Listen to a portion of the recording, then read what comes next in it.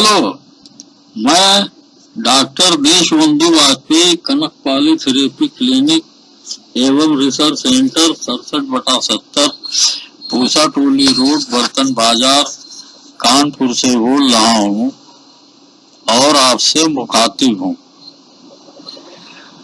आज मैं आपको एक ऐसे मरीज के बारे में चर्चा करने जा रहा हूँ और आपको बताने जा रहा हूँ जो प्रोस्टेट के कैंसर से पीड़ित है और हमारे इलाज में चल रहा है, जिसे हम इंटीग्रेटेड इलाज कहते हैं और वही इंटीग्रेटेड इलाज इसको दे रहे हैं। ये हमारी नई मशीन है, आयुर्वेदा त्रिदोषो स्कैनर का नया मॉडल है और इसमें दो चीजें सम्मिलित की गई हैं। एक वात पित्त का सप्त धातु मल और नाड़ी का अलग से अध्ययन करने के लिए इसमें एक नाड़ी स्कॉट जोड़ा गया है, जो इस मरीज की नाड़ी की गति देखिए और उसका पैटर्न देखिए, किस तरह से इस मरीज का नाड़ी का पैटर्न और उसका दबाव आपको देखने को मिल रहा है। ये नई एटीएस मशीन पुरानी एटीएस मशीन का नवीनतम संस्करण है और इससे आप यहाँ पर मरीज के नाड़ी का ग्राफ देख रहे हैं कि किस तरह से उसके ग्राफ आपको ग्राफ पैटर्न किस तरह का है, यह आपको देखने को मिल रहा है। यहाँ जो ग्राफ पैटर्न है उसका हम अध्ययन कर रहे हैं और लगभग कई सैकड़ा मरीजों का अध्ययन करने के बाद इसमें जो परिवर्तन दिखाई देते हैं वो आपको बताए जाएंगे। यहाँ ये दूसरी स्क्रीन है जिस पर आपको वात पित्त कफ और इसके 7 भेदों का स्टेटस क्वांटिफिकेशन कितना इसके शरीर के अंदर मौजूद है वो आपको देखने को मिलेगा। और ये नया मॉडल है, बिल्कुल अभी 1 महीना पहले इसको पूरी तरीके से हम इस्तेमाल में ला रहे हैं। इससे पहले इसका इस्तेमाल प्रोटोटाइप के रूप में किया जा रहा था और ये यहाँ पर सेंसर है, आप देख रहे हैं, इसमें 8 सेंसर लगे हुए हैं और जो 8 सेंसर हैं वो पूरे शरीर का आकलन करके और उसका सारा का सारा जो आंकड़ा होता है वो बताता है। तो इस प्रोस्टेट कैंसर के मरीज का ये एटीएस किया जा रहा है नए मॉडल वाली मशीन पर और इसमें जो नाड़ी के ज्ञान को और ज्यादा एक्सप्लोर करने के लिए एक अलग से इसमें विंडो बनाई गई है जो नाड़ी के ही स्पेशल प्रोजेक्ट पर आधारित है और जिसमें आयुर्वेद, होम्योपैथी और यूनानी के नाड़ी परीक्षणों का समावेश किया जाएगा। ये मॉनिटरिंग सिस्टम है और इसमें यहाँ ईसीजी का पैटर्न आप देख रहे हैं, इस तरीके का है। आप नाड़ी का पैटर्न देखिए और इस ईसीजी के फर्स्ट, सेकंड और थर्ड लीड को देखिए, ये किस तरह से मैच करती है और किस तरह से मैच कर रही है। इसको जब आप अध्ययन करके देखेंगे तब पता लगेगा। अभी इसकी नाड़ी की गति 65 है और ये ब्लड प्रेशर आपको दिखाई पड़ रहा है। ये ब्लड प्रेशर का रीडिंग है 98, 98। ये रेस्पिरेशन रेट का आंकड़ा आपको दिखाई पड़ रहा है और ये 19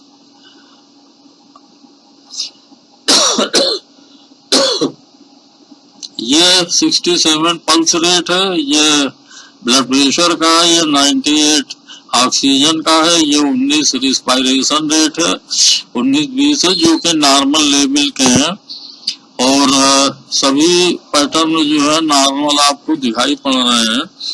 यहाँ पर आप ईसीजी का पैटर्न और आपने जो पहले वाले वीडियो में नाड़ी का पैटर्न देखा है वो करीब करीब एक जैसा है। यहाँ आप दूसरा ये ग्राफ देख रहे हैं जो ग्राफिकल रिप्रेजेंटेशन है, ये आप देखिए तो उसमें नाड़ी के जो पैटर्न है उसमें ये सिमिलर दिखाई पड़ रहे हैं। ये मरीज का काउच है और ये अलग रूम है जहाँ इसका टेस्ट किया जा रहा है। ये सब इलेक्ट्रोड से लगे हुए हैं, ये इलेक्ट्रोड से जहाँ जहाँ प्लेसमेंट है उनका सबका है। और इस तरह से जो मॉनिटर किया गया है ये मरीज के पैथोलॉजिकल टेस्ट जो उसने अभी कराए हैं, जिसमें इसका यूरिन का कल्चर है वो बिल्कुल ठीक है, उसमें कोई इन्फेक्शन नहीं है। और इसकी जो पैथोलॉजिकल जांचें हैं वो सब सही आई हैं और उसमें किसी भी तरह के कैंसर सेल या कैंसर टिश्यू का कोई भी प्रमाण नहीं मिला है। इससे ये सिद्ध होता है कि इसके जो अंदरूनी पार्ट हैं वो हील अप हो चुके हैं। और ये जो यूरिन कल्चर सेंसिटिविटी टेस्ट आप सामने देख रहे हैं, इसमें कोई भी सेंसिटिविटी इसमें दिखाई नहीं पड़ी कल्चर में। और ये दूसरी जो रिपोर्ट है ये उसके मैलिग्नेंट सेल, और यहाँ लिखा हुआ है no malignant cells are seen, and जो दूसरे इसके हिस्टोलॉजिकल टेस्ट किए गए हैं उसमें कुछ भी इसको नहीं मिला है और ये नॉर्मल है। तो इस प्रकार से जो प्रोस्टेट ये कैंसर का रोगी पिछले 2 साल से हमारे यहाँ इलाज करा रहा है, ये जो अभी आप देख चुके हैं डिजिटल आयुर्वेदा 300 स्कैनर ये वर्जन है। और इसका जो सेक्शन है ये पहला वाला तो मरीज के इंट्रोडक्शन से है। जो T1 सेक्शन है, T2 और T3 सेक्शन है, T4, T5, T6 के सेक्शन है, इसके बारे में अभी आपसे चर्चा करता हूँ। तो जो पहला इसका चरण है वो T, उसमें डिजिटल 300 स्कैनर इसका जिक्र किया गया है। और इसमें आप देखेंगे जो वर्जन है इसका वो सब दिया गया है। आप पेशेंट की आईडी है, किस तारीख को आया है, क्या नाम है और क्या उम्र है, कितनी बार ये आया है, कितने महीने बाद आया है, फॉलो अप का कौन सा है, कितना नंबर का फॉलो अप हुआ है। और ये T1 में आप देखेंगे कि नाड़ी का दबाव किस तरह है, इसका अधिक दबाव और मध्य दबाव और मंद दबाव, यानी 3 दबाव इसके जो मुख्य हैं वो देखे जाते हैं। उनसे ये पता लगता है कि इसको शमन चिकित्सा चाहिए या अर्ध चिकित्सा चाहिए। तो रंगण चिकित्सा चाहिए या शमन चिकित्सा चाहिए, इससे डिसाइड करते हैं। और पल्स रेट भी जो है इसका जो नाड़ी के हिसाब से है वो है, ऑक्सीजन का जो भी परसेंटेज है वो आपके सामने है, रिस्पायरेशन रेट जो है वो बैठी हुई अवस्था में किस तरह का है, और टेम्परेचर कितने डिग्री सेंटीग्रेड का है ये आपके सामने है। तो इससे ये पता लगता है कि नाड़ी की दबाव और नाड़ी की स्थिति क्या है। हम इस पर अभी अध्ययन कर रहे हैं और लगभग 70 पैरामीटर के ऊपर काम कर रहे हैं, क्योंकि नाड़ी में जो सबसे बड़ी बात है वो आयुर्वेद के हिसाब से और होम्योपैथी के हिसाब से और यूनानी के हिसाब से जो नाड़ी का अध्ययन है हम वो क्यूमुलेटिव यानी संयुक्त रूप से कर रहे हैं। और इसीलिए इस मशीन में एक अलग से नाड़ी स्टार्ट करने का एक सेक्शन अलग कर दिया गया है। पहले ये अकेला था, अब इसको इसी के साथ में जोड़ दिया गया है। और ये इनोवेटेड मॉडल है, प्रोटोटाइप मॉडल है जो हम इस्तेमाल कर रहे हैं और पिछले कई महीनों से इस्तेमाल कर रहे हैं। तो ये आपके सामने है, इसका निदान में और चिकित्सा कार्य में दोनों में इस्तेमाल किया जाता है। यह T2 सेक्शन है रिपोर्ट का, जिसमें कि त्रिदोष के बारे में बताया गया है।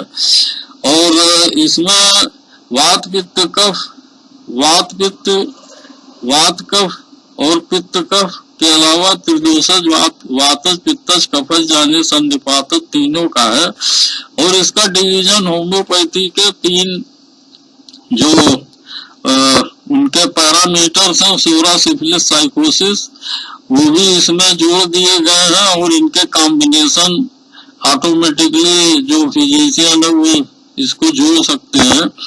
और यूनानी के हिसाब से सौदावी, सिफरावी, नजलावी जो मादा होते हैं वो तीनों इसी में जुड़े गए हैं। चूंकि ये वात पित्त कफ से मिलते जुलते हैं, इसलिए इसको अंग्रेजी भाषा में विंड बाइल फ्लेम कर दिया गया है, ताकि यूनानी और आयुर्वेदिक तथा दूसरे होम्योपैथी के या अन्य कॉम्प्लीमेंट्री मेडिसिन के डॉक्टर्स इसको समझ सकें और इसको आसानी से समझ करके उसी हिसाब से इस्तेमाल करें। इस मरीज का आप देखिए कि वात जो है सबसे हाईएस्ट है, और जो दूसरे अन्य पैरामीटर्स हैं वो कफ जो है वो भी हाईएस्ट है। लेकिन इसका जो सबसे लोएस्ट पार्ट है वो है पित्त और कफ का। तो ये ध्यान रखना होगा कि इसका पित्त और कफ का ही इलाज किया जाएगा।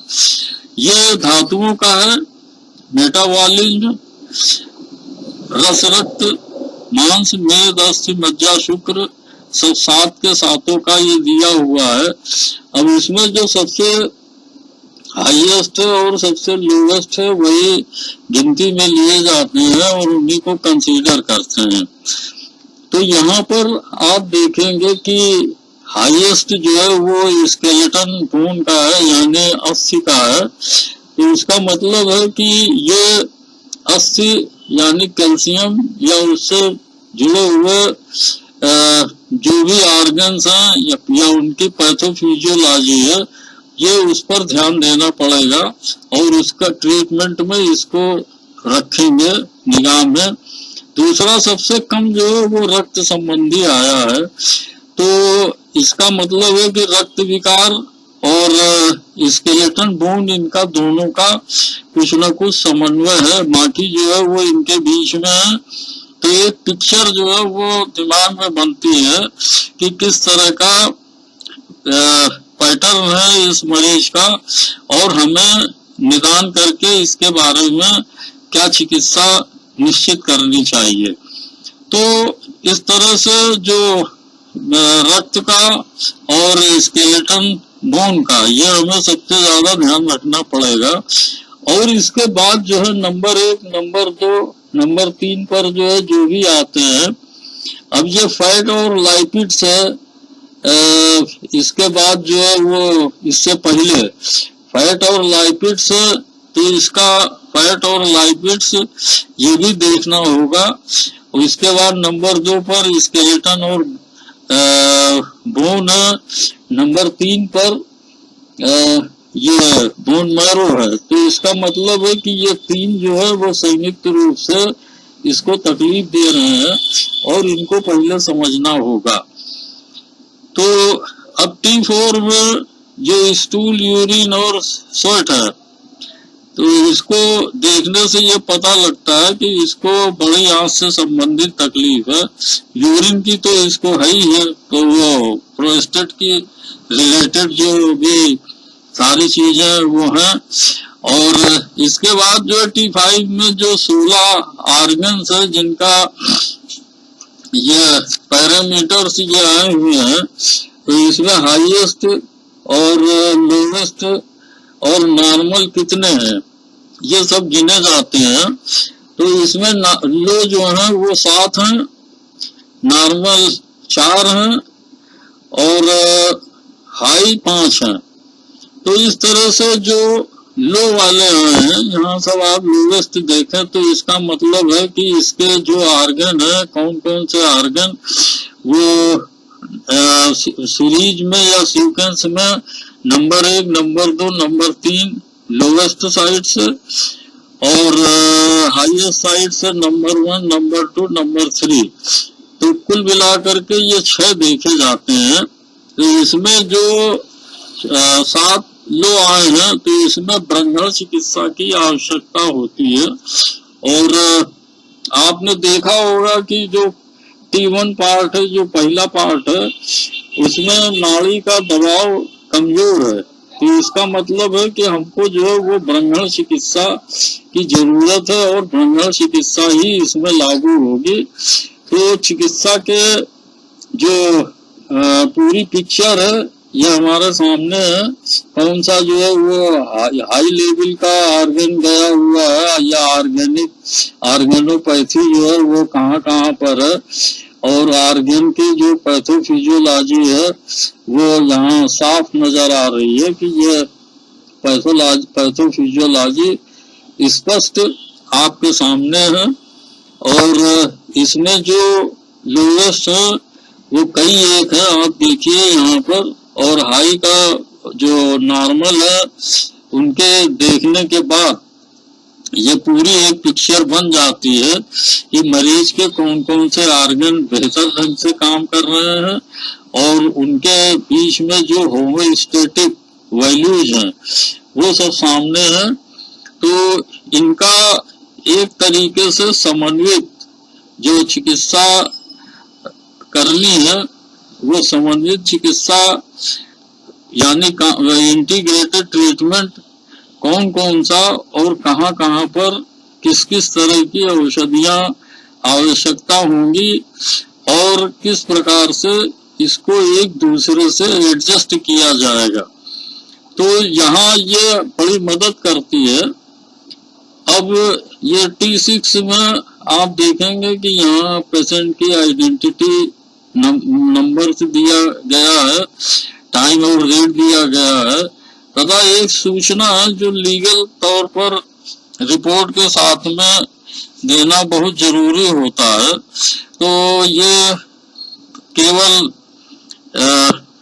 वैधानिक जो चेतावनी होती है उसको देने के लिए है। ये प्रिस्क्रिप्शन है। यहाँ आप देखिए कि इनको किस तरह की दवाइयाँ दी गई हैं। तो सबसे पहले आप देखेंगे कि ये आयुर्वेदिक दवाइयाँ हैं। जो नंबर 1 में है वो 2 दवाइयाँ हैं सवेरे शाम खाने के लिए, और नंबर 2 वाली एक औषधि है जो भोजन के बाद खाने के लिए कही गई है। नंबर 3 पर होम्योपैथी के 5 दवाओं का मिश्रण है और इसके साथ में एक यूनानी का अर्क है। तो हमने ये पिछले 40 वर्षों से एक एक्सपेरिमेंट किया है कि होम्योपैथिक दवाओं को या मदर टिंचर को या तो पानी के साथ देते हैं या किसी अर्क के साथ में देते हैं, जिससे इसके औषधीय गुण बहुत ज्यादा बढ़ जाते हैं और बहुत बेहतरीन तरीके से ये शरीर में काम करते हैं। इसको अर्क मकोड़ के साथ में 5 औषधियां पानी मिला, थोड़ा सा पानी मिला करके अवश्य देते हैं, क्योंकि अर्क जो है वो कार्बोनाइज्ड हो जाते हैं, उनमें ऑक्सीजन नहीं होती। तो थोड़ी सी ऑक्सीजन जो है वो मिलाना जरूरी है, इसलिए पानी मिला देते हैं। ये 4 नंबर पर एक होम्योपैथी की दवाई है कैलकेरिया कार्ब 200, जिसके 5 ड्रॉप्स केवल दिन में एक बार खाने होते हैं। तो ये रोकती है बहुत सी तकलीफों को। और इसके बाद ये एक एलोपैथी की 2 दवाइयां हैं, vitamin A and D capsule और बीफ्लेक्स फोर्ट टैबलेट। ये इसको बेहतर तरीके से जो जनरल हेल्थ कंडीशन है वो मेंटेन करने के लिए है। तो इस प्रकार से ये पूरा एक इंटीग्रेटेड ट्रीटमेंट जो है इसका चल रहा है। ये नया पर्चा है, इससे पहले जो 7 और इसको प्रेस्क्रिप्शन दिए गए थे वो दूसरे टाइप के थे। और इस प्रकार से ये कंप्लीट हो जाता है सारा का सारा ट्रीटमेंट प्रोसीजर। धन्यवाद।